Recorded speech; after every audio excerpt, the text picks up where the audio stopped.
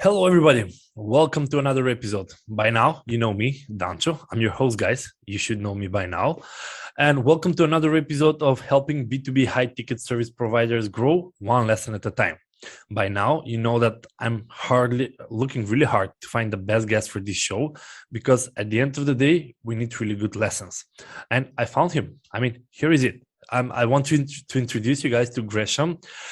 We have a very long history with Gresham, but first, Gresham, welcome. Awesome. Super excited to be here. I appreciate you for having me on, Dancho. Well, I wanted to continue, but I said, let me just give you the opportunity to introduce, because with you, I recall we were exchanging some blog posts where we were writing for you. For your platform, not for you, actually. Then I know that I participated on your podcast, which is I Am CEO. Really nice podcast for everybody. You should check it out. Then you helped me out with my book because I've sent it to you, the beta version, and you actually went through it and gave me some really nice endorsal, which I put it inside the book, only the nice ones, I swear. And now I finally get the chance for you to be guest here. So I see really that this is the relationship that everybody should be nurturing. It's not, hi, do you want to buy my services? It's more, people, let's connect, let's grow together. And from there will be many relationships. Gresham, welcome again. And I think that for everybody that don't know who you are, maybe you can give us a short introduction of who you are and actually what do you do. Yeah, absolutely. But Dancho, I truly appreciate, again, getting the opportunity to kind of be on the show. And you're absolutely right. A lot of times I talk about like one of the underutilized way to kind of network is like co-creation. And to get the opportunity to have you featured on our platform, to get the opportunity to have you on the podcast, and of course, get the opportunity to be here today and be in your book and all those things. I think you're absolutely right, where you get the opportunity to take what starts out as a small relationship and start to build it over and over again. It's one of the beautiful things. And for me, I usually say my first kind of entrepreneurial thing that was kind of unique that I did was going all the way back to like when I was 10 years old. And the reason I bring that up is because it kind of plants a lot of the seeds into everything that I'm doing now. So my dad was in the military and he went to an entirely different country. He got relocated for a year. Basically during that time, this was pre-Skype, pre-Zoom, pre-FaceTime, pre all the things that we have at our, kind of in our pockets to kind of connect with somebody just at the snap of a fingers. I started what then became a family newspaper. So I essentially found out all the things that were going on in our family. I went on Microsoft Word, got some clip art, and I would basically put topics of everything that was going on within our family. So my dad would find out about what was going on with my grandma when she had a squirrel that was in her house, and just all these things. Was it subscription based? So that's the kicker. So in order to be a 10-year-old and buy probably candy or toys or whatever, I did sell the subscription. So that was the very first kind of entrepreneurial thing that I did. And I bring that up a lot of times because for me, when I was trying to figure out what I wanted to be when I grew up, figure out like what made me unique, what made me tick, like what I wanted to do, gradually, like during the economic crisis, at that time in 2009, 2010, I went back to that story, and that story for me was something that I didn't know a lot of other people that did it in that way. So I kind of always knew that content and information and knowledge would always be something that was important to me. And fast forward a lot of years, I now have a digital marketing company. So I primarily focus on web design and SEO. But like you mentioned, core to what I talk about, and I believe everybody should be doing, is try to provide value for your target market. And the way that I do that is by having blogs, a daily podcast, video content, all to kind of help entrepreneurs and business owners succeed, either by talking about what it is that they do and telling their story, or like you've been, contributing the opportunity to hear from somebody's zone of genius how we can be better, how we can level up and be a better CEO, entrepreneur, and business owner. So that's kind of like a somewhat of a fast kind of snapshot of like everything that I've done. But yeah, that's what kind of planted those seeds in the very beginning when I was about 10 or so. Nice. Well, Grisham, I think that was also really the point I wanted to get much deeper, was that you're the content guy. You are everywhere on multiple platforms, from blog, from podcast, from everything. And I really believe that our audience should start doing it. I mean, the sooner, the better.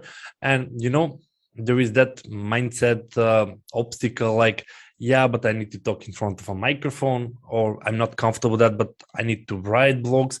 Yeah, but that takes time.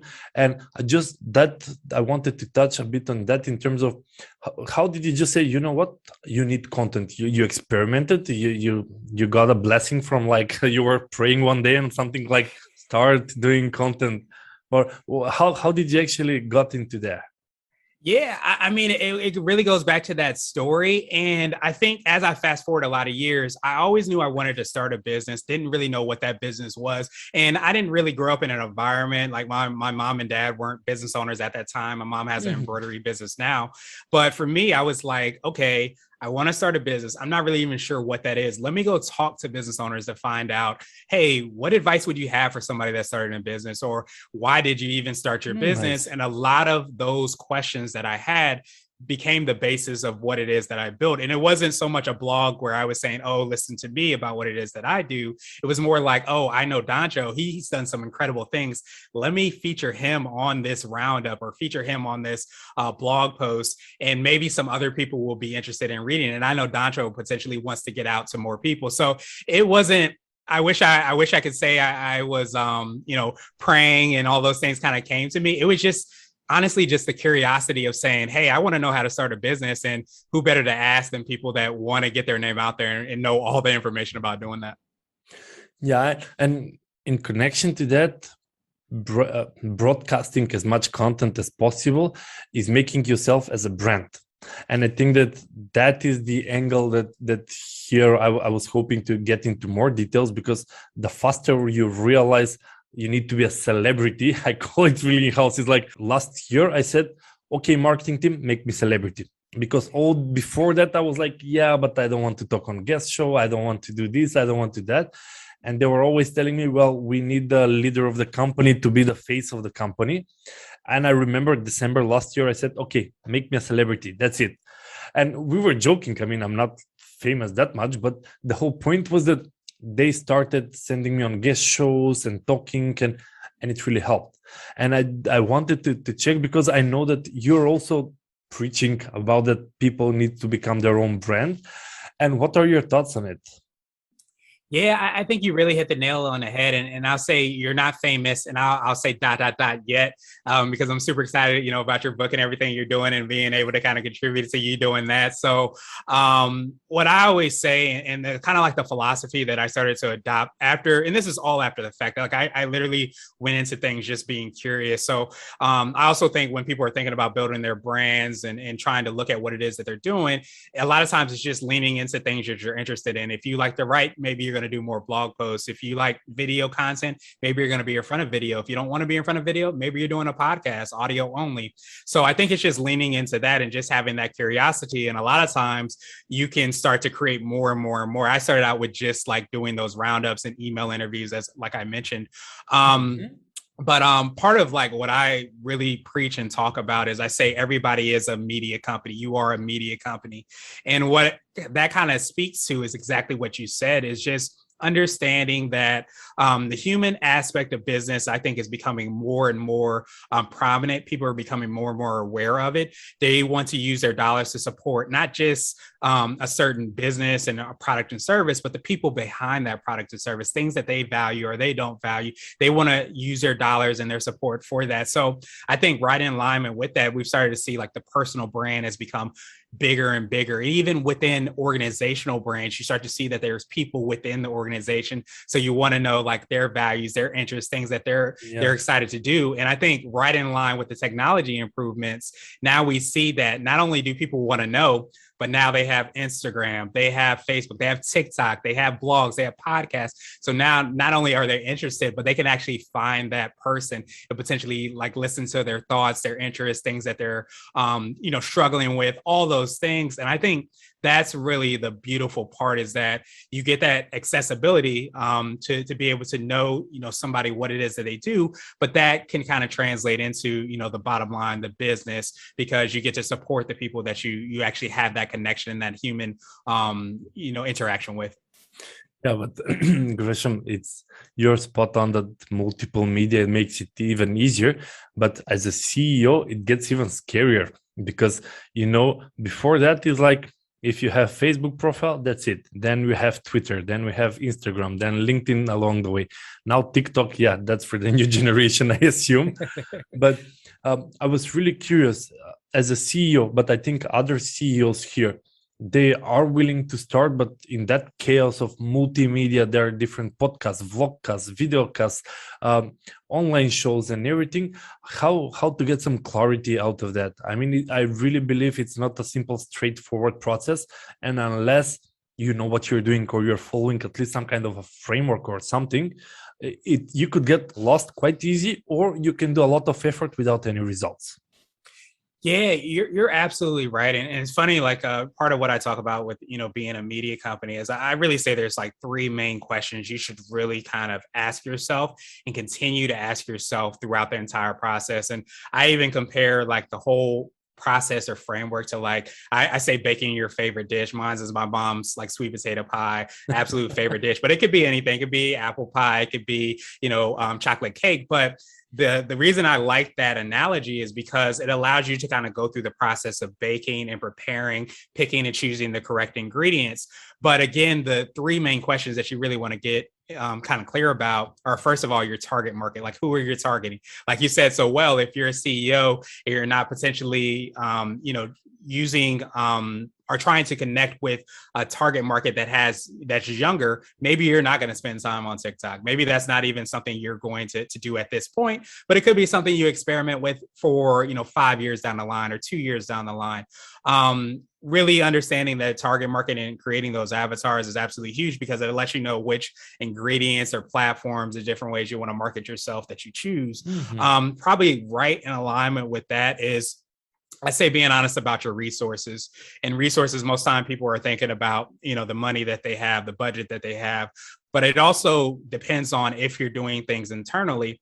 Maybe you're going to do it yourself if you're a coach, or potentially if you have a marketing team and your marketing is really strong as far as writing. So you're going to basically leverage the tools that they have. Or if you're going to hire externally, maybe you have an idea, okay, this is how much we have. So it's really, I think, the sweat equity, but as much as the equity that you actually have, in your budget that you're doing. And the last thing I say, you really want to be clear about, and I think this is the thing you have to lean in the most about, is what I like to ask on my podcast, which is for everybody's secret sauce. So that's your unique selling proposition, your differentiator, what you feel kind of sets you apart and makes you unique. A lot of times you can lean into that by figuring out like what that human aspect might be that makes you unique as an individual. But essentially what that is probably what you're going to lead with more than anything else. That secret sauce is a thing that's going to help you break through the noise. And more often than not, it's usually just, talking about who you are, what you do, things that drive you crazy as much as things that you love. And you start to realize that you get to be connected to other people as a result of that. Yeah, and Grisham, I really wanted to follow up on this, because many times some people are like, yeah, I can create content and all the content is about personality and me, myself. Well, there is another group that are saying, well, yeah, you shouldn't create content about your personality. It should be more about the business and about the authority. And people get confused. They don't know who to follow and what kind of content they actually need to create. Yeah, I think it's a really valid question, because I think especially with the initial emergence of social media, especially, it was pretty much a lot of pushback from, business owners in the business community saying, hey, I don't need to tell everybody that I'm making a peanut butter and jelly sandwich at lunch. They don't really want to know about what it is that they do.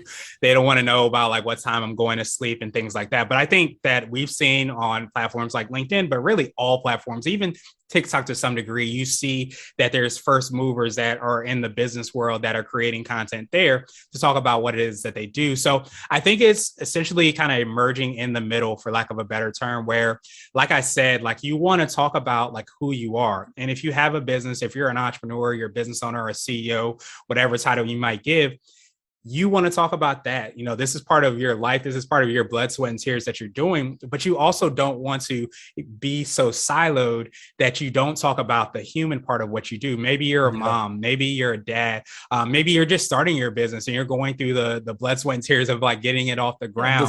The struggles, people are usually like ashamed to talk about the how hard it is to actually run a business, if you ask me, or juggling between family and work and extracurricular activities. And I mean, people find it embarrassing, uncomfortable talking openly about their struggles. Yeah, and I think that's the beautiful part of kind of life in general. And I think that's what it gets to, like business and life is like life basically consists of struggles. And a lot of times when you tell and talk about your struggles, talk about your story and things that maybe didn't go well, I think not only does that, I think give us a little bit of weight off our shoulders, but it also gives us that opportunity to connect with other people because you realize that you're not by yourself. And I think, like you said so well, that's one of the beauties of being able to kind of use these platforms to do that, is to talk about these human struggles so that you have that connection and that opportunity to maybe build a stronger connection, which might, result in more opportunities for your business. Nice. But here again, it is to build relationship, but business relationship in order to get more clients, in order to get how it's called. Once you're a celebrity, clients will chase you actually instead of you chasing them.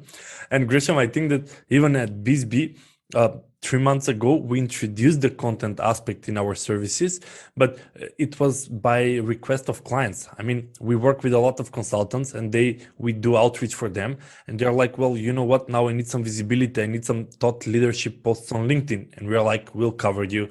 Then he said, you know what? But I need some expert content. Like I need a blog 1,500, 2,000 words block, and we're like, okay, we'll cover that.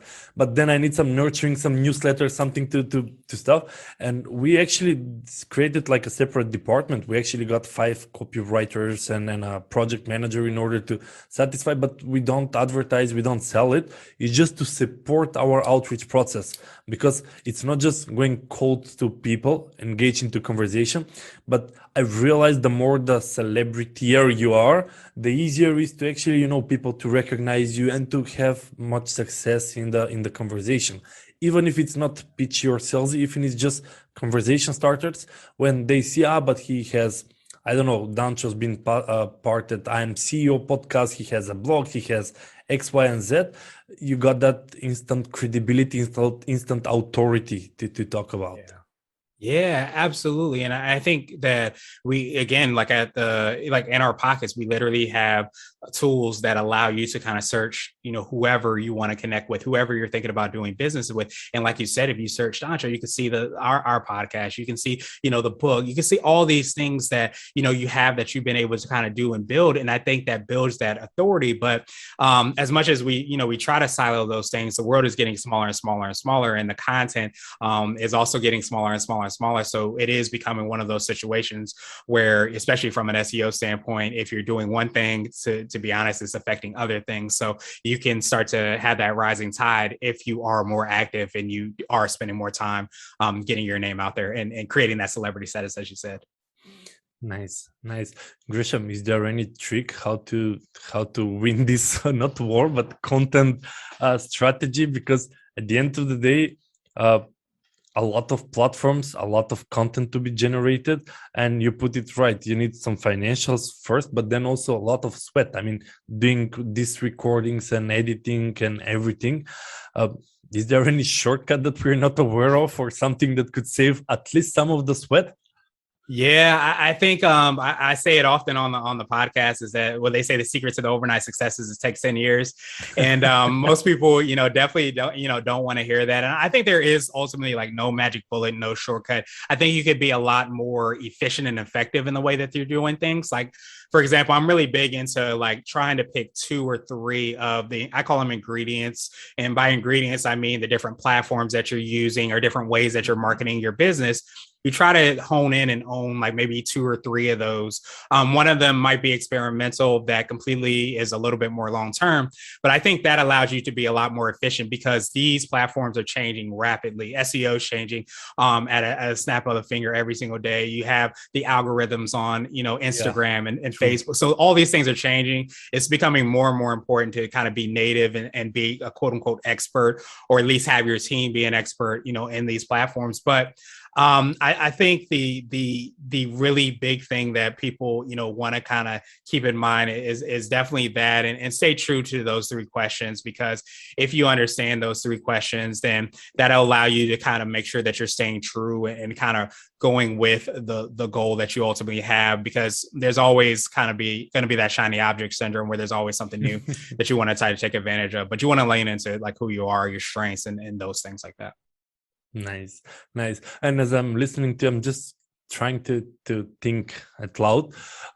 Where the content is more important, whether it's B2B world where you're reaching to companies, or it's more into the B2C where, as you said, people want to know the company now that they're giving their money in.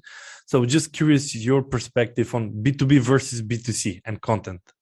Yeah, I mean, I'm very much so B2B, and I think just the business that we do, like every content we do is a lot more, B2B. Those lines are definitely being blurred, overall. But I think if you know that you're B2B, that's going to determine like, okay, you're going to spend maybe more time on LinkedIn, because even though it's become a lot more broad, it becomes more of a platform that's focused on that. So I think it's not so much if you're going to be on social media, it's just more in terms of like what platforms you're going to be on. And I think one of the things that you start to realize, and the reason I say ingredients is because you want to keep in mind like what you're trying to make, what your dish is, what success is, and how you define success. And then you find out those ingredients that are in alignment with that success. So like I mentioned, the sweet potato pie, you're not going to go to the grocery store. You're not going to get ketchup to put in your sweet potato pie, at least not my sweet potato pie. But I think it's all in understanding that, okay, I'm not going to spend as much resources on TikTok because I have a B2B focus, but versus somebody else who has a strictly consumer business. And they're going to say, okay, well, first of all, maybe I love music, I love singing, I love dancing and all those things. I'm going to be doing everything myself. And I want to target a younger demographic because I'm selling something to teenagers or something along those lines. So maybe I will spend more time on TikTok. So it's just being a little bit more strategic related to how you're kind of executing that strategy. Got it. Yeah, that's why I wanted to hear your opinion, because I know you're much deeper into the area. And one more question that I just had now that we discussed, because you said too many platforms at once, it can be a headache. Did I read it or did I listen somewhere about content repurposing, content redistribution, content something and then doing it again? Can you tell us a bit more about that? Is it worth it? Does it work? Yeah, it definitely works. And I think that what you have to realize is that most of these platforms are built for you to natively spend time there. You're going to get better performance if you're posting directly and natively on Instagram, for example, rather than, do content repurposing. But you definitely could use tools like later.com, Hootsuite. I call them hacks. All these hacks that are available to you to basically save you that time and energy. And I think ideally, every business wants to be in as many places as possible, as quickly as possible. So I think the real decision that everybody has to make is like, what's the trade-off? So if LinkedIn is going to be my main content generation, this is where my target market is, maybe I'm going to spend more time there, but maybe I'm going to repurpose that content by clicking another button within Hootsuite so that it also goes out to Twitter. So while I'm posting something natively for LinkedIn, I can click another button and it can repurpose to a site like Twitter, or it can repurpose to Facebook. Even though that's not where my target market is, I still get that opportunity to be there, and knowing that I won't have the organic same reach. Effect. Exactly. But you take that trade-off because you know that you don't have unlimited time, you don't have unlimited resources, but you know this is where I'll get the most bang for my buck, or my resources, or my time and energy.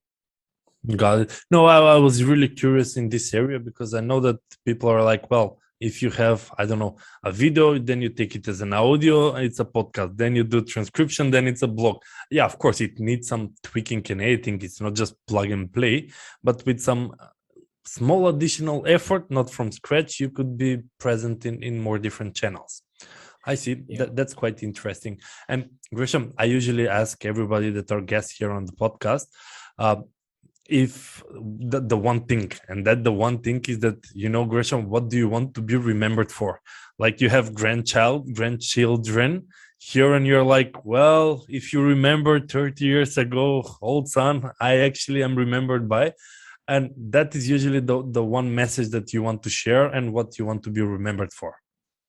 Yeah, I love that question because it gets to, the idea of legacy and like, how do you want to leave a legacy? What do you want to be remembered for? What do you want people to know about you? And I think it really gets back to that creative mindset. For me personally, it's the content. I love creating content. I love kind of like each aspect of doing that. So for me, like that's something that I want to be remembered for, not just for doing it myself, but also hopefully inspiring within people that creative mindset that I like to use sometimes creativity with and alignment with being entrepreneurial, because I think the biggest kind of entrepreneurs are at their heart creative. So I would say that's the biggest thing that I want to do, is to be remembered definitely for, my creative gene, my hopefully entrepreneurial gene, but not just in me, and hopefully inspiring so many others to kind of tap into that and do that themselves. So if that's a legacy, if I can only pick one, I'm definitely going to pick that, Dasha. Oh, in 40 years, kids will say, Uncle Gresham said do content, or Grandpa Gresham said we should do content. You should listen to. Exactly. Nice. Actually, the sun started hitting me this end, so I'm trying to find an angle where I'm not on the ice with the sun. See that. Gresham, for people that are interested actually learning more about you and how you can actually help them with the content strategy, with the content planning and everything, where they can find you and how they can reach out. Yeah, absolutely. I appreciate that, Dancho. Basically, I have a personal site. My personal site is iamgresh.com. That's iamgresh.com. And that has links to kind of everything that I'm working on. But you can also check out blue16media.com. That's blue16media.com. And that has links to everything as well, too. But usually I Am Gresh has a good kind of recap of everything that I'm working on, the different sites and everything like that. Nice. Well, I'm considering buying danchodimkov.com, so that's really a good idea on put everything that you have there. Well, Gresham, what I usually do at the end is that you think you gave me one value, but I was taking notes as we discuss. So I actually have several different key golden nuggets that I wanted to pinpoint from here. So if I wanted to go over them just to show you the value, and for everybody that wandered away, at least to have the final summary. So the first thing that I really wrote it here is that the co-creation is a way of building a network. And it really resonates because this kind of podcast is an example of co-creation, and it does build the network. It adds value. It adds value to me, value to you, and also value to the listeners. So that's really good for the people that are into the content. Everyone is a media business. So your angle of how you look at people should start considering themselves as a brand, as a media business, and that they need to nurture that brand into something bigger if they want to grow, or they can neglect it and then ask themselves why their business is not successful. The third thing was that people want to support not only the businesses, but the people behind the businesses. And that really helps that even for companies. So it's not just Dancho as a brand, but also Vera as a copywriter and Natasha as a COO. So different people within BizB should become their own brands in order BizB to grow even further. So that I need to figure out how to further improve. We're doing some stuff there, but we do need a lot more. I really liked your framework that looking at the target, then knowing the resources, financial and sweat, and then what's the unique angle that you want to be remembered by, or what makes you unique? Are you the BZB, or are you something from Macedonia, which is really unique? If you ask, we're 2 million people in total, but it really adds to that guy Dancho from BZB. And I was not sure about this, but we should talk more about struggles and not just about strengths, because people are like, I won this award, I got this, I got that, and not rarely they want to be more open-hearted and talk about the other parts. And the hacks, I didn't got them the tools that you mentioned. You were so fast, but that's why this is a recording. That was the last bit, but I really wanted to check on the tools, because at the end of the day, with with the limited capacities, unless you have 1 million in funding, then it's much easier, or multiple millions, then it's multiple to say on each platform, each unique content, I want to do it all. And unfortunately, we're not in that group. So the whole struggle is how to save time, but how to still be unique and not be just, copy paste to different platforms. So I was hoping for one lesson, Gresham, but I kind of got like 5, 6 golden nuggets from this meeting. So that's really useful. And I think that I hope that I don't think that the other people will also find this useful. And if we inspire that at least few of them to say, you know what, man, I need to start thinking about my personal brand. And unfortunately, I need to start creating content. You're achieving your life dream. People are gonna be remembering you. There was that Gresham guy that that forced me to create content. Yeah, absolutely. I love having that as a legacy, and I think that's phenomenal. Getting the opportunity to kind of leverage all those platforms and opportunities to be able to do that. Nice. Well, Gresham, I think that we're coming to the end. I really want to thank you for coming on this show and giving your angle of expertise. And I really think that it will help. At least it will help me just for having this conversation in which direction. And for everybody else, you know the drill. After the video, I'll leave Gresham's contact information and check it out, see what he has. If you like, check out his podcast, I'm CEO. It was quite interesting to be there. And there is a lot of value there as well. So Gresham, thank you very much again for being a guest. I truly appreciate you, Dansho. And as everybody probably knows, if Dansho is on the podcast, it's a valuable podcast. So I appreciate you for giving me the opportunity, and I love having you on the show as well. Thank you. Thank you, Gresham.